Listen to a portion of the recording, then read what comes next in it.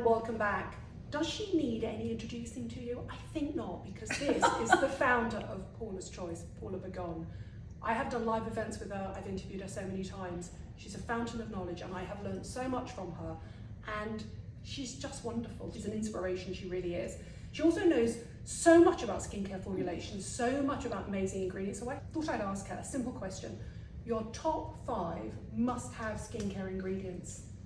So the way we look at it is, and the way I talked about it for decades, I'm old, I've been in the cosmetics industry for 42 years, is I call them superhero ingredients. Don't necessarily know that everybody has to have them, but they should be on your radar for certain skin conditions. At the top of the list is always retinol. The thing about retinol, it's the entire vitamin A molecule. When it absorbs into skin, it works as a cell communicating ingredient. It breaks down with enzymes in the skin. It finds the living cell, and the living cell has what they call a receptor site. Think of it like a chair. And the vitamin A finds it, sits down, and says, "Cell, I see your sun damaged. I see you've been affected by pollution. I think you should start making better cells." And it does. The cell actually listens, and then the cell actually can tell the cells around it to do the same thing. Retinol has been researched now for over 50 years. It is one of the skin superhero ingredients. Niacinamide is another superhero ingredient. What we first knew about it, again, decades ago, is that it had an effect. We didn't know the action, but it had an effect on improving pore size. Now what we know through the research is that it is another cell communicating ingredient. In other words, again, it finds a living cell. There is a chair, a receptor site, a chair for it to sit down and talk to the skin cell and tell the skin cell to behave better. So while retinol is a generalist to tell skin cells to act younger, niacinamide is more specific. It improves, it still has an incredible action on pore size, but it also improves skin color. It has other anti-aging properties in terms of formation of collagen. It also has an interesting benefit of helping to make something called tropoelastin. So you can't make new elastin. You can't make strong, young, healthy elastin, the structure in skin that helps skin bounce back. But you can make tropoelastin. That's baby elastin, little elastin. And what I always say is some elastin is better than no elastin, even though it isn't great elastin, not healthy, normal elastin. So that's one of the other things niacinamide has been shown to do. So that's another superhero ingredient. What percentage are we looking at for niacinamide? So whenever you think about ingredients, it always has to do with the amount of problem or concern or damage you have. So for somebody like me, at the ripe age of 69 going on 70, I still have clogged pores. I also have a condition called sebaceous hyperplasia, which is when you've had very oily skin for a very long time, and I wasn't good about the sun when I was younger. So sun damaged enlarged pores can develop into something called sebaceous hyperplasia. And large amounts of niacinamide, and one of the reasons I developed a 20% niacinamide was because I saw an improvement in my sebaceous hyperplasia with the 10% niacinamide we created. And I thought, well, if 10% is good, and I usually don't think this way, but if 10% is good, maybe 20% is better. And we created the 20%, and through me being the guinea pig, because there was no research about 20% niacinamide, I noticed an incredible difference in my sebaceous hyperplasia, pore size. We did our own internal studies on it, and yeah, it made a difference, an incredible difference. I have to say, looking at you now, you would not know that you ever had oily skin or problematic skin. Well, some of it pore is, size is amazing now. Yeah, it's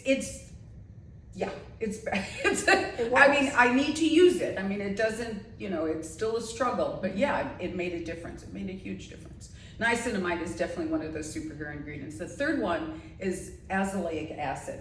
Azelaic acid is a fascinating ingredient. It's one of those long-standing ingredients, but much like retinol, much like niacinamide, we've learned so much about it over the years. So azelaic acid was actually first developed and looked at for acne. Turns out it wasn't so great for acne. Not bad, but just not in comparison to BHA or benzoyl peroxide.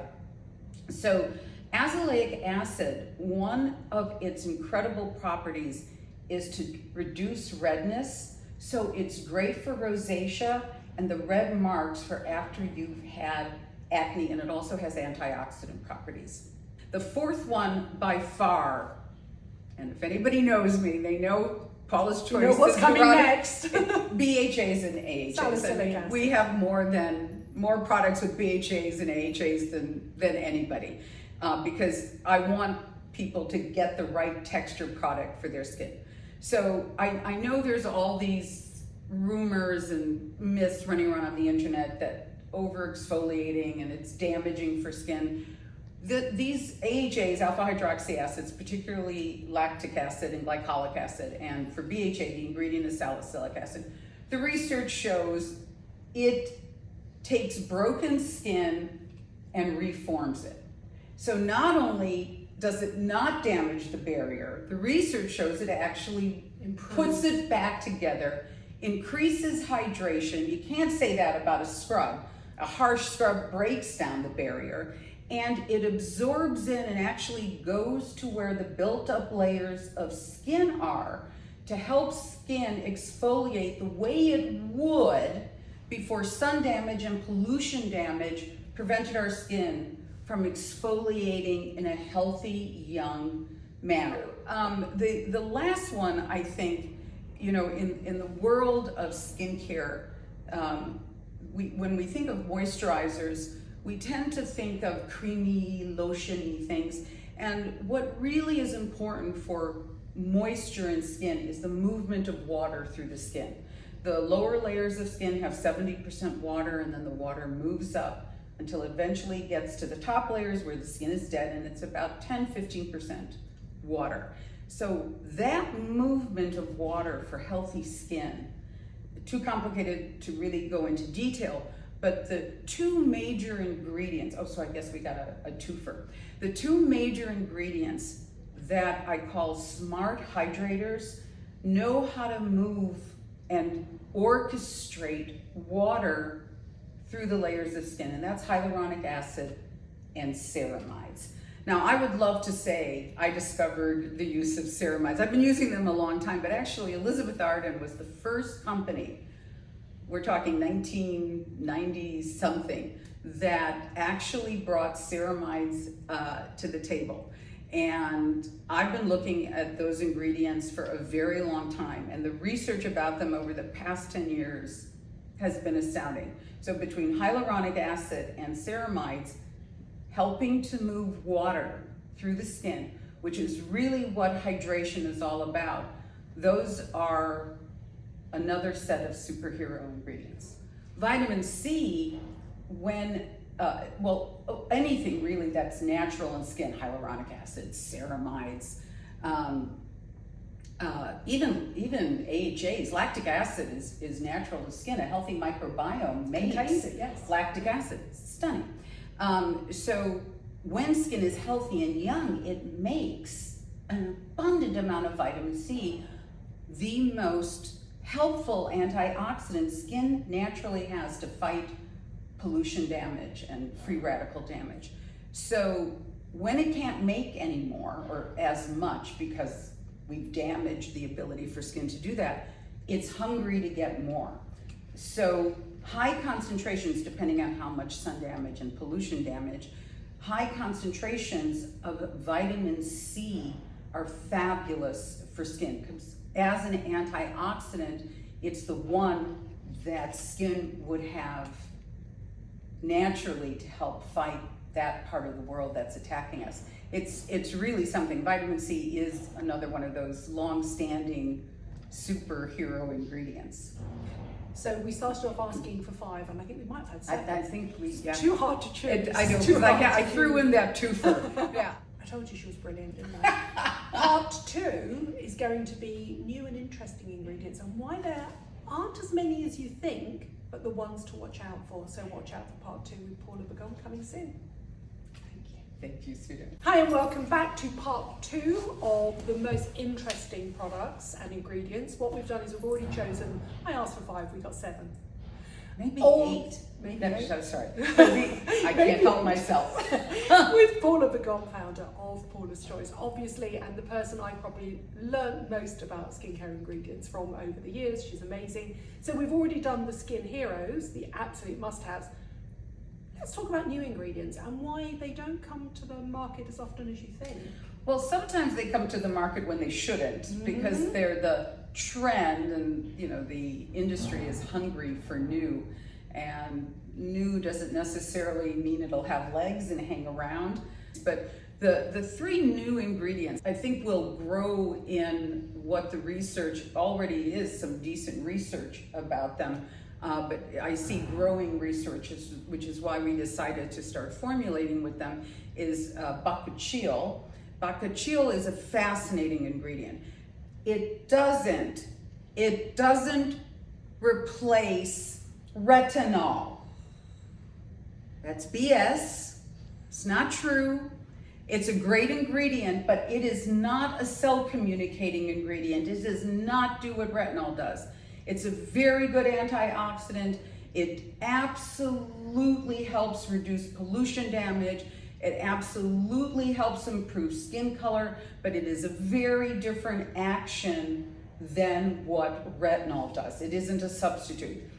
It doesn't, in fact, when we worked with it, we actually combined it with retinol because we felt that the two had incredible synergy together. But I would never make the claim, because it's not true, that bakuchiol replaces retinol, but it's a great ingredient. The other ingredient that I think is growing, and the research is really solid, it's an ingredient that's been around for a long time. By the way, both bakuchiol and the one on tranexamic acid, both started out for oral consumption. That was where they were first looked at. Yeah, they were both first oral consumption and then translated to topical. Tranexamic acid, don't know why it works the way it works. It's all from empirical evidence, meaning they see the difference as opposed to I can tell you what's happening under skin. Is it improves, it reduces abnormal melanin production. It takes brown spots and skin discolorations, and it lightens skin. It is an alternative to hydroquinone. Do I think that the research that says it's as good as hydroquinone is true? No, I don't buy that. I need to see more research to really buy the final claim that I've seen that hydroquinone and tranexamic acid are a swap. But it doesn't mean that I think the research that shows that it improves skin color, that I think there's enough research to say that that's true. And then it's what is the concentration? And that's what we're looking at now, is what is the best concentration of tranexamic acid to really, really replace, if possible, using a prescription of hydroquinone. And then I think the third one that we're always looking at are peptides. And there's thousands, maybe there's millions in the body. Peptides are, I mentioned in our previous discussion, we were talking about cell communicating ingredients like retinol and niacinamide that talk to living skin cells. Peptides are pathway controllers. So when messages go through and go places in the body, pathways, maybe too complicated to explain, peptides convey those messages. So think of it this way. If you have a message going through your body because of sun damage, and the message is going through saying, oh my gosh, we're getting hit by bad sun damage, let's make melanin, bad melanin, abnormal melanin, because we're getting hit by sun damage. There are peptides that can interrupt that message. And then there are peptides that can say, wait, we really need to recharge the pathway that says make healthy, normal melanin. And that's true for collagen production, that's true to some extent for elastin, but only baby elastin, not, well, maybe eventually they'll come up with a peptide, that's what I'm hoping for, that makes really strong elastin, but right now that make baby elastin. So there's all these peptides that we're looking at in terms of improving pathways in skin to do healthy things and stop unhealthy things from happening. That's fascinating. I mean, that part of skincare, and it is, I mean, it's been around for a while, but developing, I mean, you know, they're engineering, you can't take natural peptides. They're too fragile, plus they'd be from animals or humans, and nobody's doing that in skincare. They would be too unstable. Right, so peptides are lab created ingredients, so they can manipulate them to do the most specific things. It's really a fascinating area of the cosmetics industry that we've been watching very closely. So we would like peptides to create elastin, long chain elastin, that would be nice. Wouldn't that be wonderful? But what can they do? So they can help control skin color, healthy skin color, and stop bad skin color from being made. I mean, bad meaning sun damaged skin color. They can increase collagen production. So there's layers of skin, the different layers of skin. They can help reinforce those layers. They can improve skin strength. Now, not skin strength because of collagen is the support and elastin is the bounce, but you can actually improve dermal thickness. That's a very big deal. Very big deal to improve dermal thickness, especially from sun damaged skin. But also, and this is the last thing, is looking at phytoestrogens. Estrogens have gotten a bad rap, which is just very sad because once you go over 40, you start losing estrogen, and estrogen loss for the body in general, but for skin is just devastating. And the research about phytoestrogens is just thrilling. Right now we know the most about soy-derived phytoestrogens, diazidine, equal, and genistein, and we've been looking, and we have a product in the States trying to get it through the UK and the EU. Don't know why they're being so stubborn about it. You know, the skin, it doesn't absorb past the skin. No. And it attaches to the ERB, the good estrogen receptor sites in skin. That's the skin cells in skin have mostly ERB receptor sites. Those are the good estrogen sites. And it's been shown to be remarkable. It's shown to have no systemic effect, and it fools your skin into thinking it has estrogen. Even though phytoestrogens are not a hormone, they're not really estrogen, but they fool skin into thinking it has estrogen. And you know, I've been showing people my leg. So this is my, it's not the sexiest leg. You can show my leg. So this is my 70-year-old leg. And I haven't been great about sun protection on it, and it's not crepey. It's not crepey. It's not crepey, and it was. So this is my own little before and after. I wish, Paula is going to send me a vat of this crepe. Mine is crepey. I wish I had been good. If I was brave, I would have only done one leg so I could show people the before and after. And so this is a body lotion? We have one for the face. It's a little bit of a fancier formula.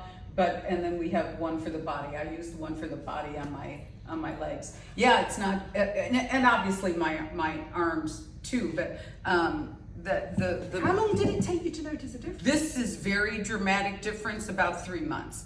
But I started noticing improvement after 6 weeks. Can I tell you one of the most common things I get from a woman over the age of 50, certainly postmenopausal, is what can I do with crepey body skin? This is amazing. Phytoestrogens. It really isn't. I mean, yeah, even BHAs, AHAs, crepey skin is very unique to estrogen loss. It really is. It's estrogen loss is a bitch. It's a bitch. Thank you so much. I'll put the details of all the products down below. For those in the US as well, you are lucky enough to be able to get that product as well. Thanks everybody. Thank you, Paula. Thank you, darling.